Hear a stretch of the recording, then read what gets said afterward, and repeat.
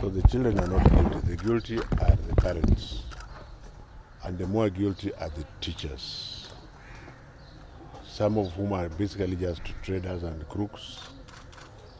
We dismantled one of their cartels in primary schools, having arrested several of them. We have noticed that they have formed another one. And this morning in Nairobi, we already had 2 students with cell phones. We are going to be very soft with them. We shall allow them to take the exams.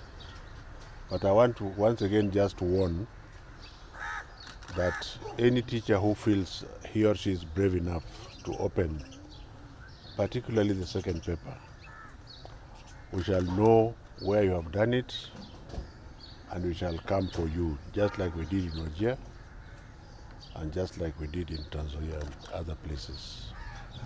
Otherwise, it's not enough to say this is a presidential legacy. This is a Kenyan legacy. From 2016 to 2022, delivering credible exams using the multi-agency team, particularly the 2 other ministries of Interior and coordination of the national government, and the Ministry of ICT headed by my brother Joe Mucheru, together with all the other stakeholders, including the press and all the others that have made sure that this is possible. This being my last examination, I would want to charge Kenyans that we have developed a Kenyan system, the container system which we developed together with Fred Matiang'i and General Kaiseri and Joe Mucheru, that has delivered credible results. You now have students in universities that are of international caliber. Our qualifications are respected worldwide. I want to charge Kenyans not to slide back, irrespective of what happens. I would also want to charge the incoming administration, whichever one it is, that since no condition is permanent, for our children, their being in school is going to be permanent. And that we should be very, very careful just changing something because you don't like the person who initiated it. I think life is much bigger than that. And as regards the CBC classrooms, ladies and gentlemen, we have done extremely well because our original target was the end of April. We are now at 83%. 5 counties are at 100%. Another 10 are at over 90%. And therefore we are going to make a bold decision that for those counties which have not reached 100%, we allow a coordinated approach where we shall allow them to complete and go.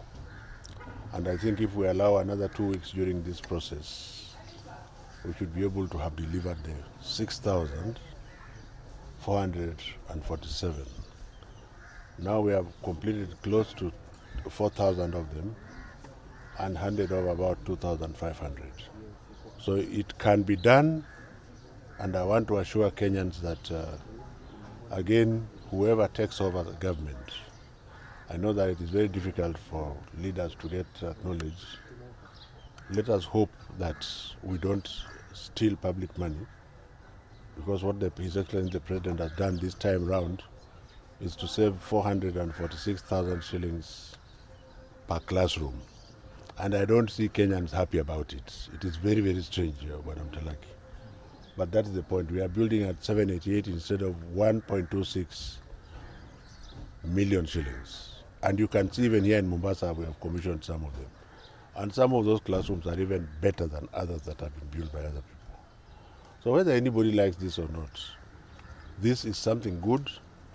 We shall call it a presidential legacy statement, but it is more of a Kenyan legacy, because it then means when we don't steal Kenyan money, then it is put to better use for our people.